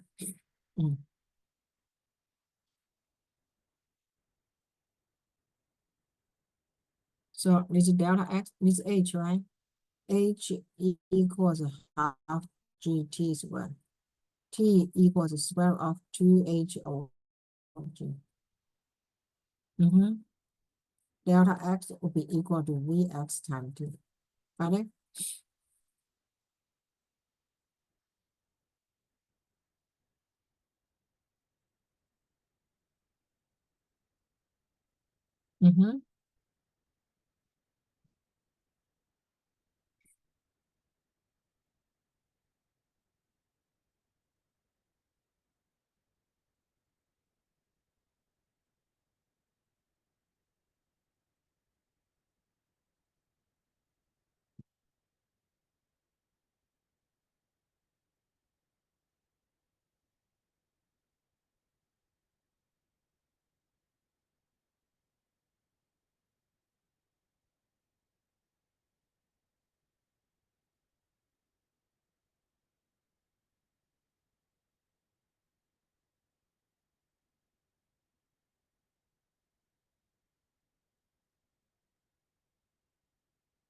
Okay, now E, what do you do? How do you answer question E? Claire? Is it more momentum at point B? More momentum at point B? Why? Because at point B, there's most kinetic energy, so that means the velocity is greater because and the mass is constant, so that means the momentum's also greater. Yeah. So at point C, you have potential energy. So the speed will be less, right? Right? Speed is less, that's why. Momentum will be less. Or when you go from B to C, you can see gravitational forces doing negative work. That's why speed is decreasing. So your momentum is decreasing. Okay? Good. Thank you. Okay, now let's look at this question. Lab design question. No bad. No bad. I think, let me see, There's this question, I also want to guide you through quickly. You may get stuck. This kind of question. Your teacher may give you this kind of problem. Right.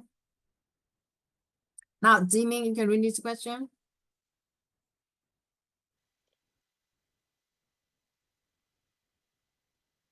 The experimental apparatus shows in the figure above contains a pendulum consisting of 0.66 kilogram ball attached to a string of length 0.6 meters. The pendulum is released from rest at an angle 60 degrees and collides with a ball of mass 0.22 kilograms initially at rest at the edge of a table. The 0.22 kilogram ball hits the floor a distance 1.4 meters from the edge of the table.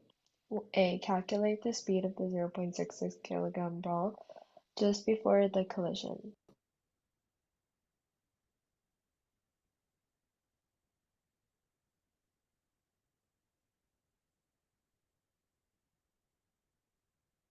So, A, how do you find the speed?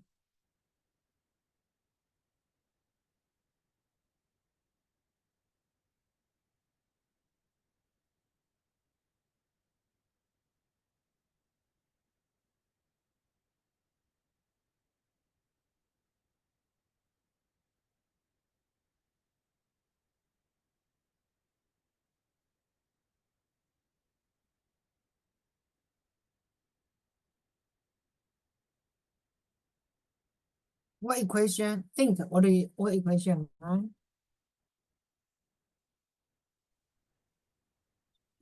Would you just find the kinetic energy based on whatever gravitational potential energy it has?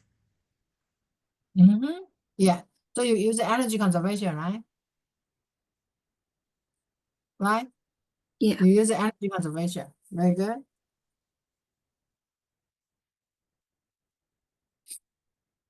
So right now, you need to join.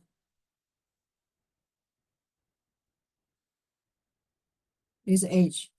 That's A, that's B. EA equals EB, right? So it will be mg L minus L cosine 60.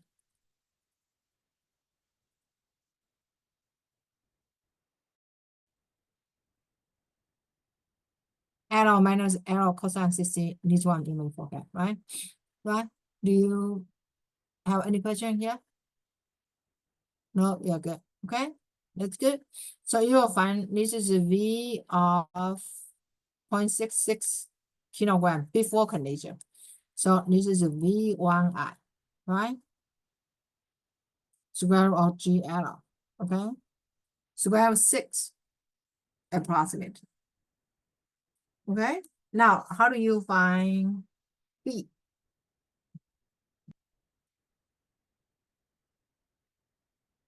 How do you find the speed of this 0.22 kilogram?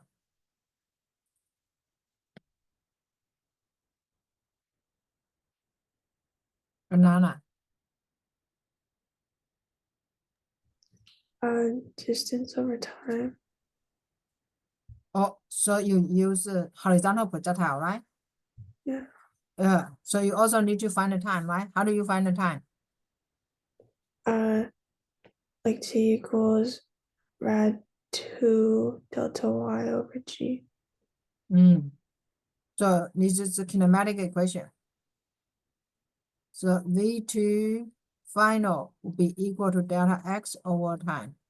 So it will be 1.4 divided by, this will be 2 times 1.2 divided by 10.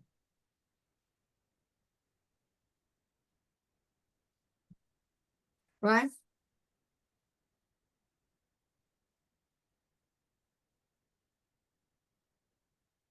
You got it? So you can find a V to X.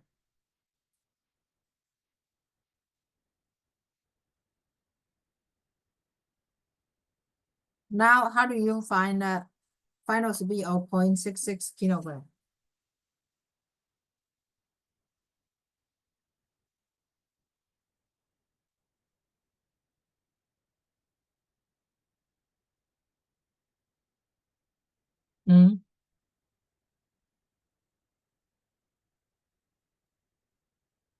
B, zooming, how do you set up equation?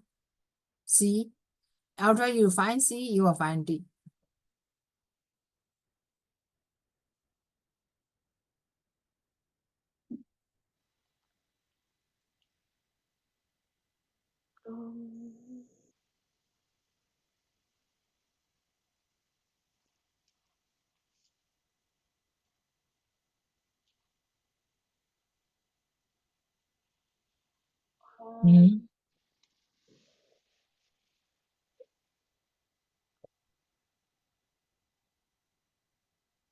So you get M1 equals 0.6 kilogram.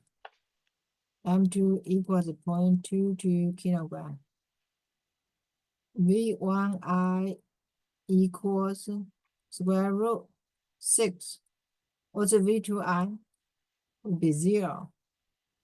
And then V1 final, you are looking for. You know V2 final is this, right?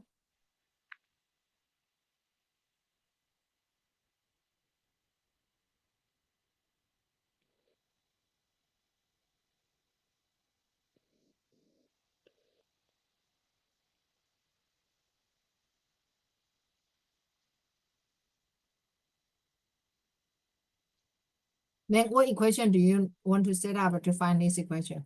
Or to find V1 final? MV, Momentum conservation, yeah, M1 right? V1 initial Mm. plus M2 V2 initial is equal to M1 V1 final plus M2 V2 final. So you need to That's why you guide you A, B, then you use the momentum conservation. And after you find the velocity, if it's a positive, you'll be going to the right. Negative going to the left. And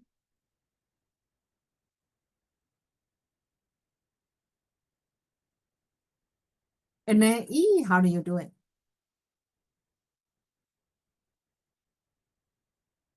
Assume you get this V1F already. So what equation do you set up to find how high the 0.66 kilogram you will go?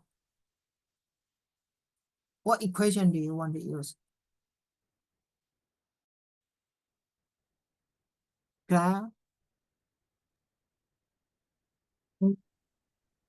Is it the energy conservation again? Yeah, right? And the bottom you will have kinetic energy, and then at the top, imagine you get here, and then later it will go up, right? So it will be half mv1 final square, which is equal to mgh2. Then you can find h2, right? And then F, how do you answer F? How do you answer F?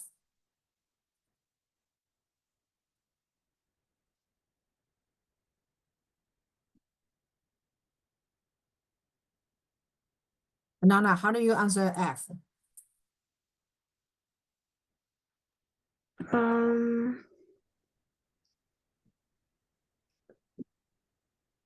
Would it be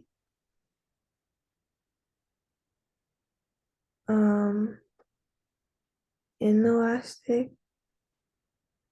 So no. How do you know?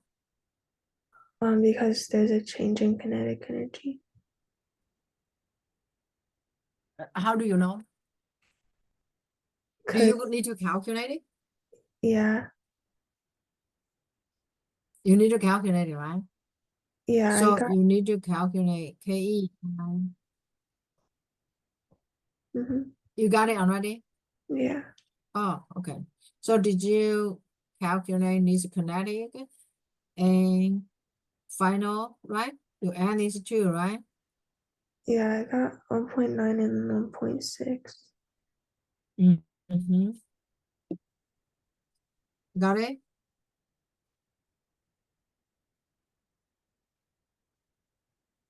Yeah. So, and then you compare. If they are equal, that's inelastic. They are not equal, inelastic. You got it? This kind of question we are going to do. Did you write down everything? You got it. Okay. And then another one here, right? You also need to make sure you do this question as well, right? You talk about all this condition and then energy conservation, right? Still use energy conservation to find the height. It's similar to the question we just talk about, right? And then this condition, it change the condition, right? It change the condition. It says right now you have M VA, but it's replaced with 2M. The proxy is right now it's 2M, right? Then what change? You just set up a momentum conservation, right? And find the relation of VC in terms of VA, right? So this question, make sure you find some time to go through the rest of the question, right? Can you also download the packet, the solution? I posted